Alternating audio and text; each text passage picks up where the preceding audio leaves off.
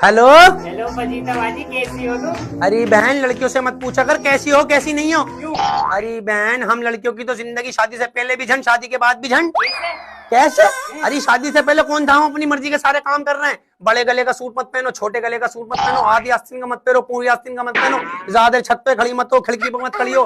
किसी फ्रेंड की शादी में जाना हो तो कौन सी फ्रेंड की शादी में जा रहे हो, उसका नाम क्या है, उसका नंबर दे के जा, वो रहती कहाँ है, अपने भैया को साथ लेके जा। अरे एक टेंशन है, जिंदगी झंड करके रखते हैं।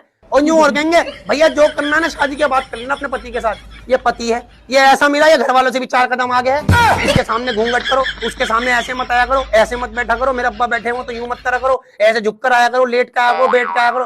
अरे भैया, ये बीबी थोड़ी लाया, रोबोट लाया है।